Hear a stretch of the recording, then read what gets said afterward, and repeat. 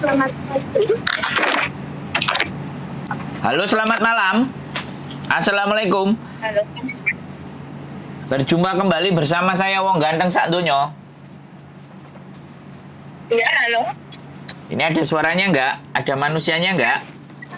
Iya, ini baru. Tadi tuh nggak dengar suaranya, maaf. Iya, mau maaf mau tanya. Mohon Kalau sebentar, Mbak, ya, sebentar. Mohon tidak menyebutkan nama dan identitas karena kita masukkan ke dalam konten YouTube. gitu ya. Soalnya saya baru tahu tadi, ya, baru aja lihat di YouTube, makanya saya langsung telepon, kan ada nomor teleponnya jadi. Iya, makanya jangan ngomong namanya sampean atau namanya siapapun jangan disebut, oke? Oke, makasih. Iya. Gimana? Iya. Sampean mau nanya apa? Gini, kan kalau sekarang ya, saya nggak tahu peraturan Hong Kong sekarang itu, seumpamanya nge-break itu apa harus pulang ke Indonesia kayak gitu? Kalau pulang itu enggak, tapi keluar dari Hong Kong iya. Oh gitu. Itu peraturan lama itu. Itu peraturan lama. Balik lagi peraturannya kayak dulu. Oh gitu ya. Gimana? Terus? Iya. Kan gini, apa namanya, kan saya itu kan baru 4 bulan ya, 4 bulan kerja. Nah, kemarin itu kan tertera gaji itu standar cuma 47. Bersihin rumah, 1 rumah. Ada 2 mobil kayak gitu. Setelah aku masuk itu ternyata bersihin rumah 2, 3 mobil kayak gitu. Gaji pertama saya itu kan kaget, dikasih langsung 5.000. Kok banyak men? Aku kan ngomong kayak gitu. Dia ngomong katanya aku kerjanya bagus. Jadi saya terima, aku bilang terima kasih kayak gitu. Setelah itu hari-hari berikutnya kok kerjaan tuh semakin banyak kayak gitu. Nah, terus lama-lama dikasih 55, bulan kedua 55, bulan ketiga 6.000. Nah, itu lama-lama itu semakin malam sampai jam 12, kadang sampai setengah 2 malam. Nah, terus namanya ngepel itu sehari bisa 16 kali satu hari. Itu tangan saya sampai kayak bengkong-bengkong lah. Terus makanya saya itu kepengen apa kiranya seumpamanya cari majikan lagi kayak gitu, apa masih bisa kayak gitu. Makasih. Ya cari majikan lagi ya tetap bisa. Cuman sebentar, saya ngomong gantian ya. Kita ngomongnya gantian ya, oke? Oh iya. Iya, makasih. Sampean tadi 16 apa? Disuruh apa? Nyuci mobil 16. Enggak, ngepel. Nyuci mobil enggak 16 kali. Nyuci mobil itu 1 hari kadang 2 mobil, kadang 1 hari 3 mobil kayak gitu. Lah nyuci mobilnya itu enggak kayak anak-anak yang lain. Jadi pakai semprotan, pakai apa lah, itu lantainya itu kan enggak boleh ada air. Jadi harus dikerokin lagi. Jadi super maafan. Enggak kayak yang lain-lainnya kayak gitu. Di situ kan ada anak Indonesia juga yang nyuci mobil. Paling ribet ya gitu. Sebenarnya kalau cuman ada waktu istirahatnya sih nggak apa-apa. Udah nggak ada waktu istirahat, terus kayak makan sendiri. Jadi perjanjian itu nggak sesuai.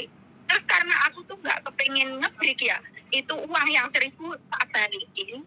Tujuan saya tuh biar dia tuh lebih ada rasa kasihan kayak gitu loh.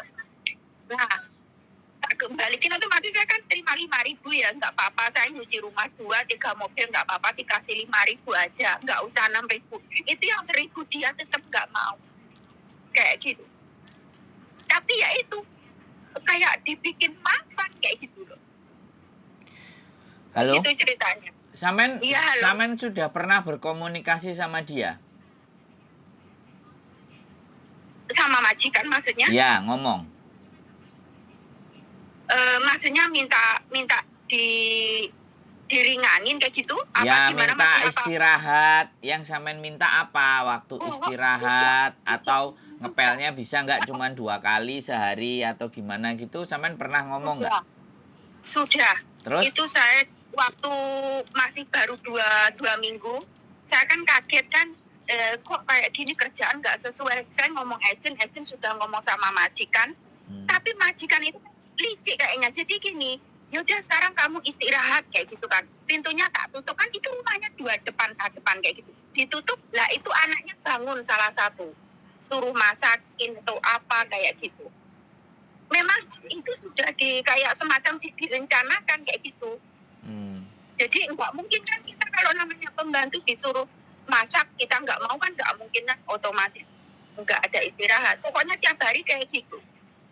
Intinya sampean sudah tidak ada negosiasi ya, sudah tidak ada sesuatu yang memberatkan sampean untuk tetap di situ ya. Wis pokoknya males gitu ya, wis aras-arasan, wis nggak cocok, wis nggak ada negosiasi, nggak ada mau ngomong lagi atau nggak ada diskusi lagi sama majikan ya. Menurut sampean udah selesai ya? Gini, Iya. sebetulnya saya itu nggak apa-apa ya, pamannya kayak masih terus, tapi kayaknya mereka kan banyak duit ya. Kayaknya nggak bisa, karena kayak nyuci mobil itu harus seperti itu. Yang dulu juga kayak gitu. Lah saya tuh kan ya sayang badan aku kan. Ini tangan saya itu udah sama kayak bengkong-bengkong jari-jarinya kayak gitu. Karena kan berat itu alat buat nyuci mobilnya itu kan berat itu. Lah ya, berarti sampean kan sudah tidak ada negosiasi gitu loh. Wis pokoknya harus cabut lah. Intinya nggak bisa lama-lama di situ gitu ya.